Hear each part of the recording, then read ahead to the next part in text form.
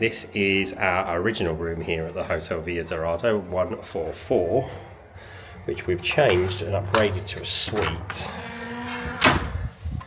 So this is the bathroom in the original one.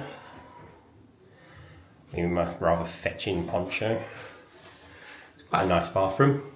Shower, you can fit, I don't know, maybe 6 people in it.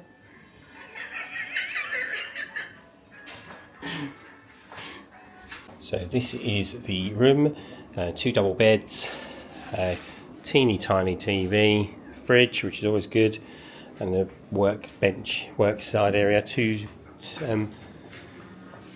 desk side tables, and then a little balcony. It's just pretty much just a basic Premier Inn style room, travel lodge, but it's still quite nice and quite comfortable. A little bit small. Our next room is much bigger and much better. Storage wise, wardrobes aren't very deep, so don't bring an awful lot of stuff. So this is the view from the balcony in our room here at the Hotel Villa Dorada here in Salou.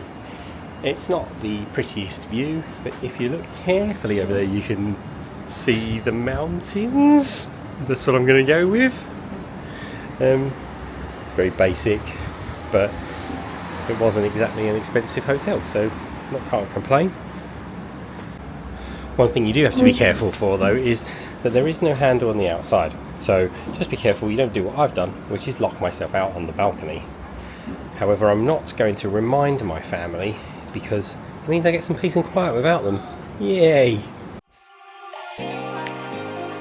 You have been watching Munchy Road Hippopotamus.